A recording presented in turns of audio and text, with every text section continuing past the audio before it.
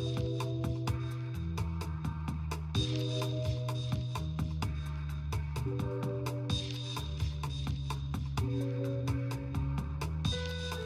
to City and State TV. I'm Executive Editor Michael Johnson. I'm here with Gerson Borrero. We're live from the Brooklyn Navy Yard, Building 92, where we're celebrating the launch of our new Brooklyn issue. And we're joined by Assemblyman Joe Lentol, who represents this district where the Navy Yard is. Thank you for joining us, Assemblyman. Thank you, Michael, for coming to Brooklyn. Yes, it's our pleasure. This is a beautiful venue. You know, I've talked to David Ehrenberg, and I've talked to several other people. I've talked to Bill Rudin, who was here before. There's a lot of development happening right here at the Navy Yard and along the waterfront, which you represent. You know, tell us a little bit about how this, you know, has. I mean, you've been here forever, so you've seen this kind of just start to really like pick up in recent years. So it's got to be very exciting for you to have seen an area like this that, you know, for decades kind of didn't go through much development and now is really surging. Well, especially the Navy Yard. I remember when the Navy Yard was just shipbuilding, and it wasn't until the 70s that they made it into an industrial park, and it was terrible. They couldn't get anybody to rent here. Nobody wanted to come to the Navy Yard. People were stealing money. They had all of these corporations, not-for-profit corporations that were stealing money and not really doing a public service. And to look at the Navy Yard now, it's amazing what a boon it's been to the economy of Brooklyn and to New York City in general, because I don't think you can even get a place to rent here if you're a business. That's how full it is. Ed Koch tried to do something. He tried to clean up some of that stuff up. Yes. I don't remember how successful it was, but I think he's the first mayor that actually saw the potential. Am I correct? Or He not? did, and he put in some pretty smart people who started to rent, and they got Brinks to come here. I think they're now gone, but they got some pretty stable tenants at that time after they kicked out the crooks. But it has never developed since. I have to give Mr. Kimball, Andrew Kimball, who was David's predecessor, a lot of credit. But David has done a fantastic job in the Navy Yard. When I first saw you, you said Joe soy lento pero seguro, which translates, he played with Lentol, saying you can say he loves the Spanish. You're Spanish. Lento pero seguro, Which Spanish means slow but sure. And I guess the Navy, I'm playing with your last name with Lentol. Is that what's happened to Brooklyn in the sense that it's been slowly moving, and yet now it's like people say, "Oh my God, what happened?" But it's like the like the star who all of a sudden is discovered in Hollywood, and then all of a sudden, oh yeah, but I've been doing this for 20 years, waiting tables and all that. Can you compare that to what's happened to Brooklyn? Because people think it happened overnight. I think you're right. For all of my lifetime and all of yours, Manhattan was the place to be, and everybody wanted to be in Manhattan.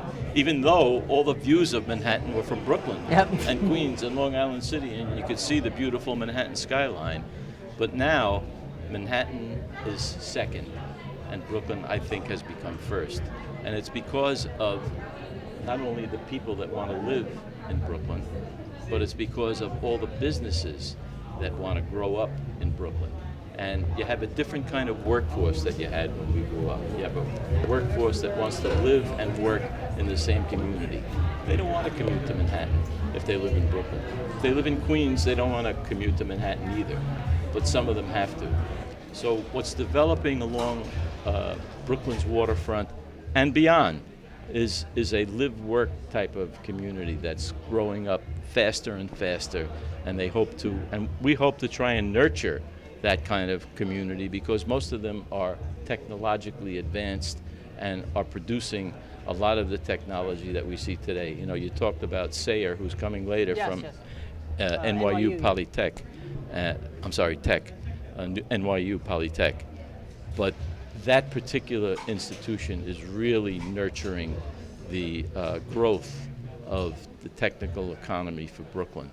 And so is the Navy Yard. We have a tech triangle here that's grown up in the past few years, and most of the people who are in the technological field want to live in Brooklyn.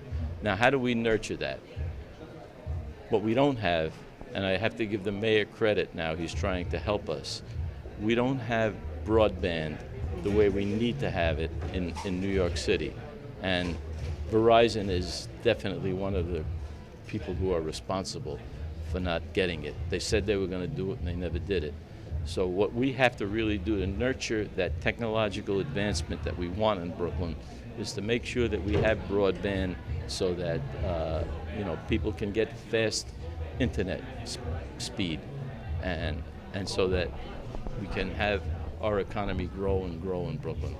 So you mentioned obviously the development that's happening. In this issue, we saw a lot of people talking about some of the issues that come with that, the gentrification, the lack of affordable housing. How do you find that balance? Because obviously you don't want to hold back the development and the growth, but you also don't want to force out the people that have been your constituents for decades at this point.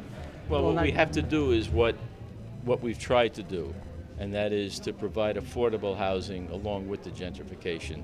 So if we have developers who come in and want to build, we have to foster their interest in making sure that in the development that they provide sufficient affordable housing so that people who actually live here, the working people, can afford to have new housing. And we've done that. In the waterfront plan that was developed by Mayor Bloomberg in 2004, we forced them to go to 30% affordable housing.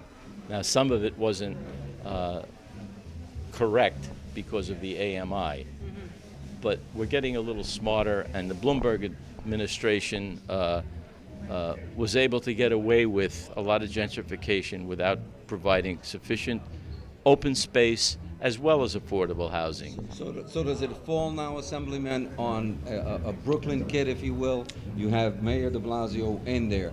Does he get this? Does he have to be walked through it? Certainly, the people like you, they will tell him this is what we have to be cautious about.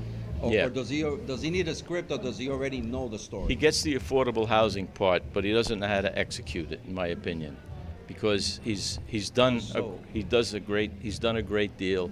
For example, he had a great opportunity in Albany this year in the 421A program to help us revitalize that program so it could provide more affordable housing, because people don't see that as a tool for affordable housing, but it is. It may help developers. People want to get rid of 421A, but 421A is the way in which we can get more and more affordable housing created. And he didn't do it the right way. Okay, I just want to get you on that because it's important.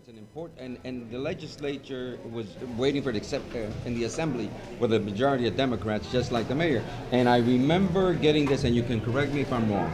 Is that part of the problem that the assembly, because I spoke to several assembly members off the record, now you're on the record, you don't have to say it, that he really screwed up on that one.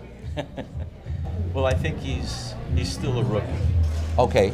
And he's made some rookie mistakes, as far as I'm concerned. I think he means well. He wants to provide affordable housing, but he has to talk to the people who are on the ground, like me and like other elected officials who know what's needed in their communities and how to provide it.